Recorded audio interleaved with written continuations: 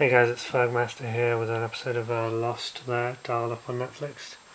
Currently in the middle of a rewatch. It's 1 in the morning, a bit tired, but I thought I would do this response to Film Game Junkie tagged. Let's roll deep. No, that sounds deep.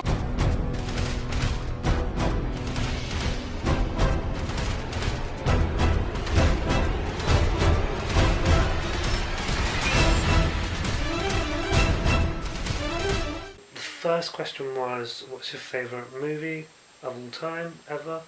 This is easy for me. It's Donnie Darko. Yeah, I just love the movie. It's terrific, wonderful, brilliant. Favourite scene from your favourite movie? I'd have to say it's the bus bit where it comes out the bus and then goes through like the whole way and kind of connects with everyone. So that was terrific. Or the dinner table sequence of fuck ass. I think what exactly is a fuck ass? How does one suck a fuck? I love the bit where Drew Barrymore, just runs out and just shouts "fuck," and then there's the girl there with her, her earmuff things like, "Oh, okay, you've had a bad day." Guess alright. Next was favourites. I've got a list of things here that I did think about it beforehand. I nearly didn't, but then my battery died while I tried to film it, so I thought, well, I can think about it now. Favourite actors, actresses, I mean, if you know me, this goes without saying. Kristen Bell. That's Kristen Bell. Sometimes when I say that, people think I'm saying Christian Bale. No, it's the actress from Veronica Mars and all those crap rom-coms that you didn't see. I love her, I think she's brilliant, and she's a very talented actress, and I wish she was in some good films. So maybe Veronica Mars the movie will get people's attention. Jeff Goldblum. I don't know if he's one of my top favourites, but I love him. He's awesome. He's Jeff Goldblum. And that's Vera Farmiga from Source Code and Up in the Air, and recently Bates Motel, the Psycho prequel kind of series. She's amazing. I think she's just brilliant. There's something about her. And she's very enticing. That sounds kind of a bit stalkerish and weird, but I think she's very attractive, but also a very good actress. Amy Adams. Again, sort of similar situation. Very, just always doing interesting, different roles. She can be bright and shiny in the Muppets and Enchanted, but she can, do the real shit as well. I think she's, very versatile. Kind of more TV, but Terry O'Quinn. I think it's because I'm, as I told you, watching Lost, so I just noticed that he's just really, really good. Carl Chandler, love Friday Night Lights TV again, but he's also in Super 8, which kind of brings me on to all the kids in Super 8 who are probably much, much older now, or have had growth spurts. What all amazing in that movie, and I haven't really seen them in much else. Shame on me, but I think they were terrific in that. That then leads me into finally the kids from, I guess more recently, and then I noticed the kids from Mud. If you haven't seen Mud, it was amazing. But the kids in it, the two kids, were fucking terrific, and I can't wait to see where their careers take them. So that's favourite actors, kind of sort of all time and more recently. Most annoying actors, Eddie Murphy. He was Beverly Hills Cop, great. He was good once. Now he just does a load of shit movies, which to me makes him annoying. The Haunted Mansions and the Norbits and that all just little gag. The fact that anybody enjoys them who's older than 6 is just boggles my mind. Again, Adam Sandler, he was good once. Even then, I wasn't particularly a fan, but I didn't dislike him. But now with that fucking one where he played his sister, I just hate him. This one is less so, but sometimes I'd say is Michelle Rodriguez. I really disliked her in Resident Evil 1. She was a bit better in 5, but I just feel like she kind of plays the same character over and over again, and I wasn't particularly fond of her in the Fast and Furious franchise.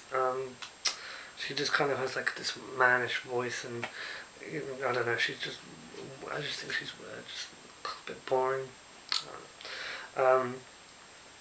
Favorite directors, Sam Raimi with Spider-Man 1 and 2, Evil Dead trilogy, and possibly another one on the way, fingers crossed.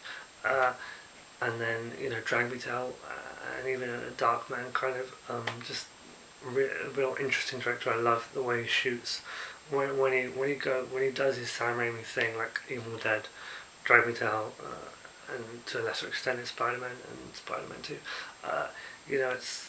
It's amazing to see what he can do with the camera. Spielberg, can't go with the mention without Spielberg. He's, Jurassic Park, or just classics. David Cronenberg. I haven't seen all of his films, or even maybe a lot of his films, but The Fly, Videodrome.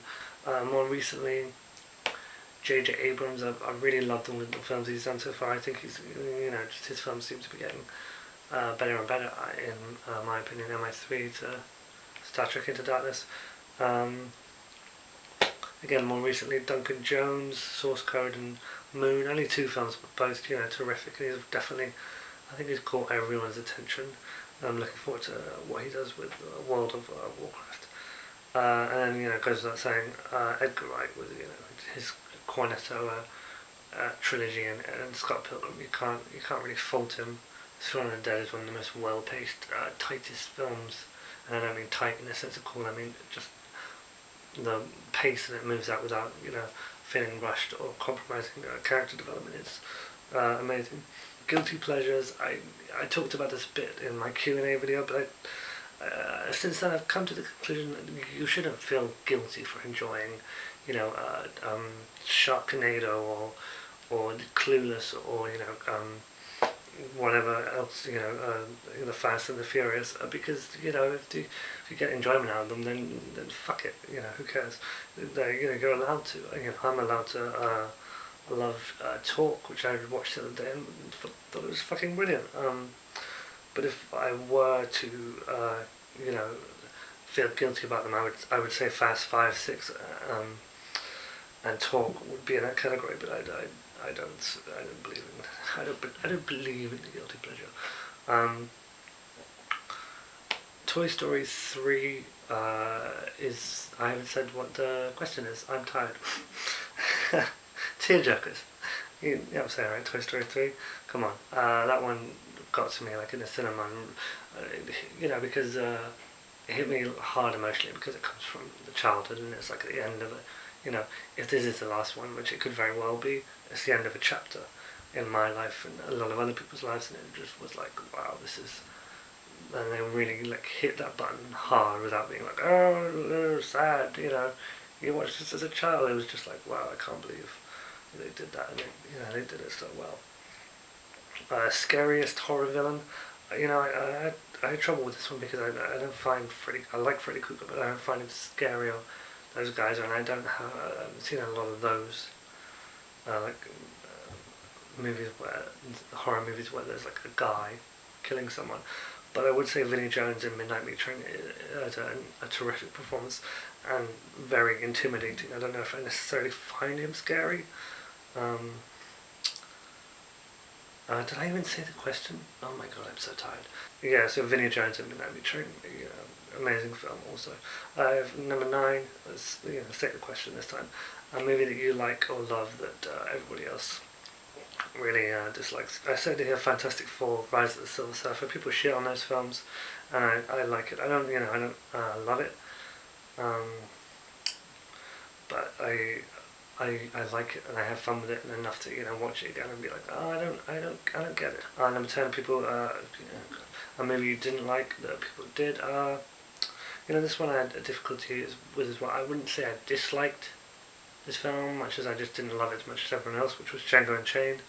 I a lot of problems with it. Felt it was way too long and kind of dragged on, and had some really unnecessary stuff. And it would, I really wanted the ending to when this isn't so much a complaint. It's just like my kind of fantasy, but when Walton Goggins' character goes like, "Damn you to Django," and he goes like, "The D is silent," and then it just freezes and it goes, or zooms in and ends. And that was like my just the whip zoom or the crash zoom, whatever you want to call it. That was fancy anyway. Yeah, I didn't. You know, I liked Django, but yeah, I didn't love it. 11, best duo. For me, I'm not a big comedy, you know, buddy cop kind of fan, but Buzz Woody is the best, my favourite of the duos. You know, that, you know, it's Buzz and Woody. Come on. 12 is your favourite animated films. You know, all of Pixar up to sort of Toy Story 3, pretty much. Bar, you know, Cars, and then you know, Incredibles, and especially in the Toy Stories. You know, Disney, Beauty and the Beast and Aladdin. Sort of the classic ones. Pinocchio, I love. You know, DreamWorks, How to Train Your Dragon was, you know, brilliant. Um, and Coraline, and then kind of the Coraline's twin, you know, film sister, Paranorman, which I just watched for the first time recently. I really love those two. So those are kind of some favourites. 13, you know, your crushes. I'm a big. I have a lot of crushes, but to narrow it down is, you know, tough. But I could do it. You know, Kristen Bell. Again, Kristen Bell is a big one. You know, I love her. Not only is she very attractive, but also she just seems like a really nice person, really fun to be around. And I think, you know, that makes her even more attractive when you see her on like Craig Ferguson. One that, you know, maybe a lot of guys my age would say, but Scarlett Johansson or Johansson, however you want to pronounce it. You know, just she's a handsome lady.